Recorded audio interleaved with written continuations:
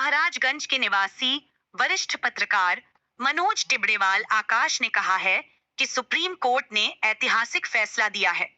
यह आदेश मेरी जीत तो है ही, इसके अलावा यह महाराजगंज जिले के 40 लाख लोगों की जीत है और देश के 140 करोड़ लोगों की जीत है।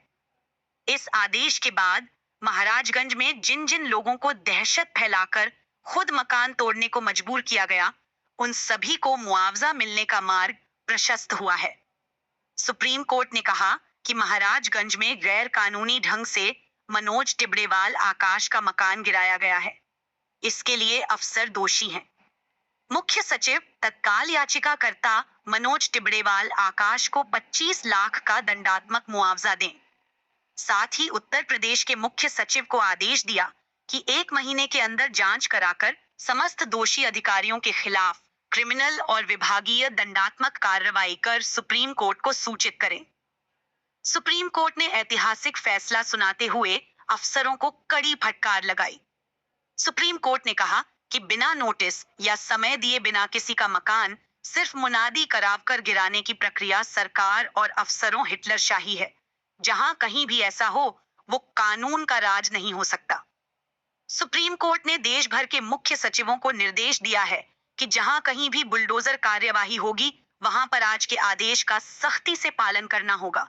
मनमानी कर किसी का मकान देश में नहीं गिराया जा सकता।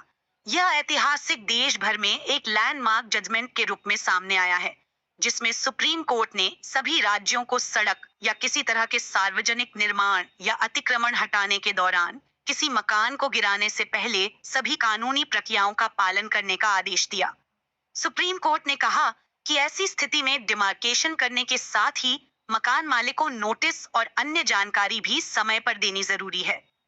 देश के मुख्य न्यायाधीश DY चंद्रचूड़ की अगुवाई वाली 3 जजों की खंडपीठ ने बुधवार को एक ऐतिहासिक फैसला सुनाया। सुप्रीम कोर्ट ने 5 साल पहले 13 सितंबर 2019 को यूपी के महाराजगंज जिले में वरिष्ठ पत्रकार मनोज टिबड़ेवाल आकाश के पैतृक मकान को बुलडोजरों से बिना विधिक प्रक्रिया के गिराने जाने के मामले में एक ऐतिहासिक फैसला सुनाया। मामले की सुनवाई करीब 1 घंटे 40 मिनट तक चली। मुख्य न्यायाधीश जस्टिस DY चंद्रचूड़ के अलावा पीठ में जस्टिस JB पाडेवाला और जस्टिस मनोज मिश्रा शामिल रहे। सुप्रीम कोर्ट ने इस मामले का स्वतः संज्ञान लिया था।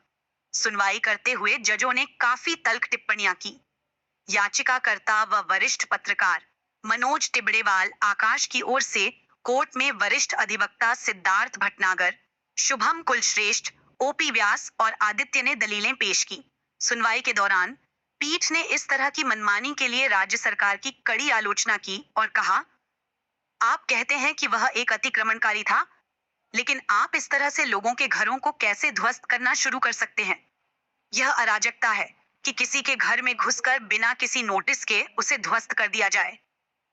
CJI ने राज्य सरकार से याचिकाकर्ता को 25 लाख रुपए का मुआवजा देने का आदेश देते हुए कहा, यह पूरी तरह से मनमानी है। उचित प्रक्रिया का पालन कहाँ किया गया? हमारे पास हलफनामा है जिसमें कहा गया है कि कोई नोटिस जारी नहीं किया गया। आप केवल मौके पर गए और लाउड स्पीकर के जरिए लोगों को सूचित किया। इस पर न्यायमूर्ति JB पारदीवाला, जो न्यायमूर्ति मनोज मिश्रा के साथ पीठ का हिस्सा थे, ने कहा, यह बहुत मनमानी है। आप बुलडोजर लेकर नहीं आ सकते और रातों रात घर नहीं तोड़ सकते। आप परिवार को घर खाली करने का समय नहीं देते। घरेलू सामानों का क्या? उचित प्रक्रिया का पालन किया जाना चाहिए। आप केवल ढोलकी कराकर लोगों से घर खाली करने और उन्हें ध्वस्त करने के लिए नहीं कह सकते। उचित नोटिस दिया जाना चाहिए। पीठ ने यूपी के मुख्य सचिव को अवैध विध्वंस के लिए जिम्मेदार सभी अधिकारियों और ठेकेदारों के खिलाफ जांच करने और अनुशासनात्मक कार्रवाई शुरू करने का भी निर्देश दिया और कहा कि निर्देशों का महीने के भीतर सख्ती से पालन किया जाना है। मैं सुप्रीम कोर्ट का अत्यंत आभारी हूँ। आज का आदेश सिर्फ मनोज टिबड़ेवाल आकाश के लिए जीत नहीं है, महाराजगंज जनपद के 40 लाख लोगों की जीत है। जिन लोगों का मकान दहशत फैला करके स्वयं तोड़ने पर मजबूर किया गया, उनके लिए एक आशा की किरण लेकर आया है कि उन्हें भी मुआवजा मिलेगा। देश के 140 करोड़ लोगों के लिए आज का जजमेंट लैंडमार्क जजमेंट है। सुप्रीम कोर्ट ने सभी चीफ सेक्रेटरीज को निर्देशित किया है कि किसी के भी मकान को गिराए जाने से पहले आज के आदेश का पालन करना होगा।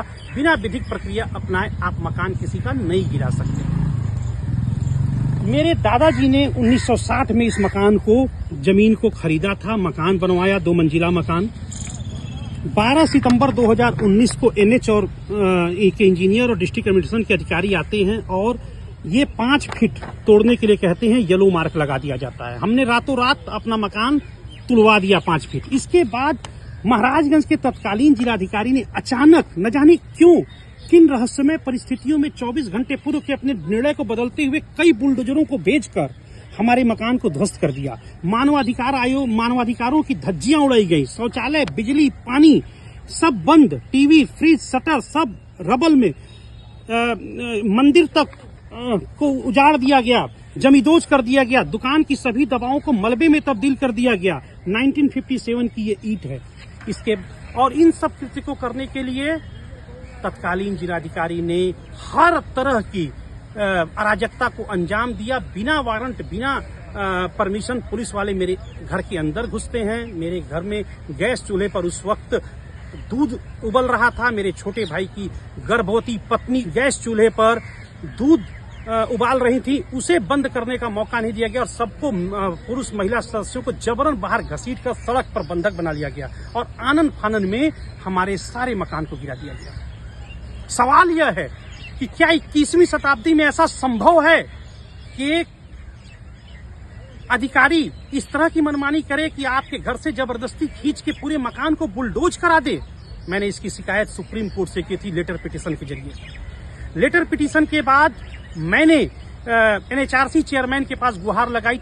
एनएचआरसी के तत्कालीन चेयरमैन श्रीमान एचएल दत्तू जी ने इस पूरे मामले पे स्पॉट इंक्वायरी के लिए एक टीम भेजी। टीम ने जांच की। जांच के बाद अपना आदेश श्रीमान एनएचआरसी चेयरपर्सन ने सुनाया और यूपी के डीजीपी को निर्देशित किया कि तत्काल मनोज टिब्रेवाल की तहरीर पर एफआईआर दर्ज करें और इसकी इन्वेस्टिगेशन यूपी सीबीसीआईडी से कराएं। फिर कहा कि इस मामले में जो है जितने भी दोषी अधिकारी हैं सभी के खिलाफ पुलिस, पीडब्ल्यूडी, एनएच, नगर पालिका, डिस्ट्रिक्ट ऑफिशियल, रेवेन्यू सभी के खिलाफ स्ट्रिक्ट एक्शन, डिपार्टमेंटल और लीगल एक्शन लिया जाए।